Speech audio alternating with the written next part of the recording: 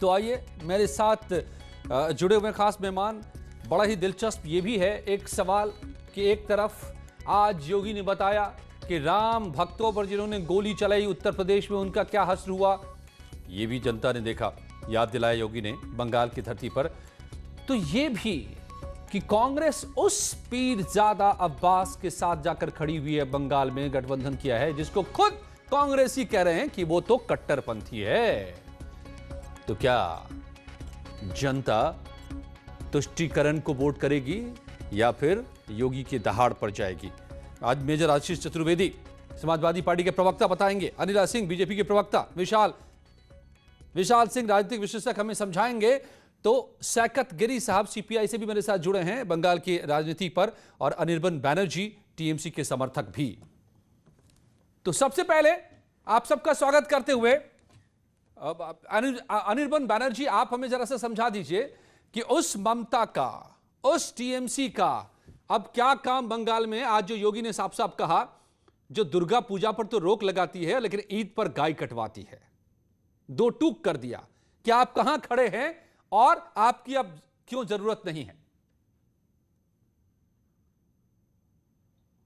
देखिए सर, ये आदित्यनाथ जी का सीएम के तौर पर ट्रैक रिकॉर्ड क्या है? वो आने के बाद उत्तर प्रदेश का हाल जो है वो बदतर से बदतर होता जा रहा है, और उत्तर प्रदेश का जो कानूनी व्यवस्था है वो संपूर्ण टूट चुका है।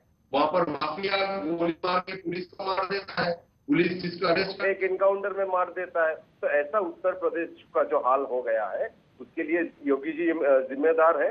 वो अगर आकर बांग्ला के बारे में कुछ बोलते हैं तो वो एकदम साबित है कि वो झूठ बोल रहे हैं। दुर्गा पूजा के बारे में वो जो बोलते हैं वो सरासर झूठ है, और इसके बारे में तो उनका खुलेआम उनका ओपिनियन है ही। वो तो मुस्लिम विद्वेषी एक पार्टी से आते हैं, खुद भी बहुत बड़े कट्टरपंथी है हिंदुत्ववाद के। तो वो जहर फैलाने के लिए अनिर्बन बैनर्जी, वो क्या ये भी झूठ है कि सीए जब लागू हुआ तो बंगाल में हिंसा शुरू हो गई थी? ये सत्ता प्रायोजित हिंसा थी। योगी आदित्यनाथ आरोप लगा रहे हैं, वो साफ तौर पे आरोप लगा रहे हैं कि जब जब मुस्लिम तुष्टीकरण की बारी आती है बंगाल सबसे आगे नजर आता है, और बंगाल नहीं बल्कि टीएमसी आगे नजर आती है। क्या ये गलत है? लव जिहाद होता है लेकिन उस पर कोई लगाम नहीं लगाया जाता है। योगी ने यह भी कहा, क्या ये भी झूठ है? तो संविधान का शपथ लिए हुए सिमूनी भाषा में एक्सप्लेन कर सकते हैं क्या? वो नहीं कर सकते, वो सिर्फ प्रोपागेंडा कर सकते हैं।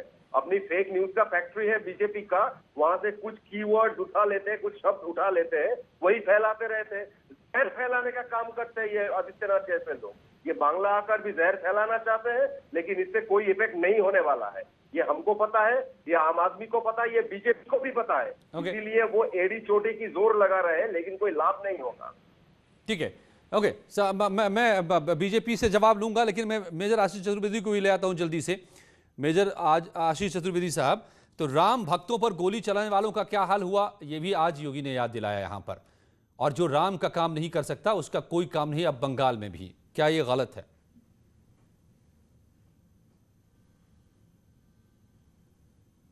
देखिए, मैं समझता हूं कि चुनाव ये बड़ा दुर्भाग्यपूर्ण है कि राम के नाम पे चुनाव लड़ा जाए। चुनाव लड़ना चाहिए एक सरकार को, एक राजनीतिक दल को अपनी उपलब्धियों पे, न कि किसी भगवान का नाम लेकर के। तो हम लोग तो वैसे भी विकास की राजनीति करते हैं, बताने के लिए हमारे पास बहुत सी चीजें हैं कि हम लोगों ने क्या क्या लखनऊ में बनाया है। राम मंदिर तो सुप्रीम कोर्ट के गाइडलाइंस पे बन ही रहा है, और मैं तो इंतजार में था कि हम जैसे लोगों को भी बुलाया जाएगा जब उसकी पूजन वगैरह हो रहा था, लेकिन हमें बुलाया ही नहीं गया। बुलाया जाता तो बहुत अच्छी बात होती, लेकिन हमें बुलाया ही नहीं गया दुर्भाग्यपूर्णवश। बुलाते तो अच्छा लगता। तो अब केवल हमें आगे भी बढ़ना है। भी मंदिर जा रहे हैं, लोग जो दरगाह नहीं जा रहे लेकिन मंदिर जा रहे हैं, बेरोजगारी से, महंगाई से। हाँ, वो तो जाते हैं, पहले भी जानते थे, तो अच्छी बात है ना।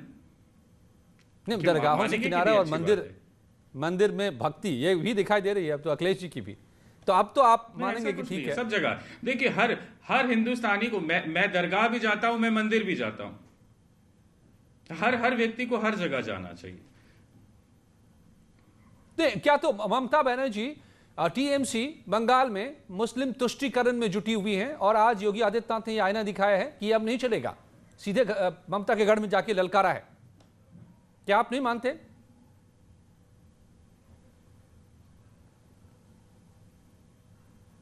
मुझसे सवाल कर रहे हैं? जी, आपकी पार्टी का तो सिर्फ उदाहरण दिया है। नहीं, देखिए, ये तो अब चुनाव आ रहा है तो हाँ, नहीं, मैं बता रहा हूं ना कि जब चुनाव आते हैं तो आप देखेंगे कि हर एक राजनीतिक दल जो वहां चुनाव लड़ रहा है, वो लोग इस तरीके की बातें करेंगे।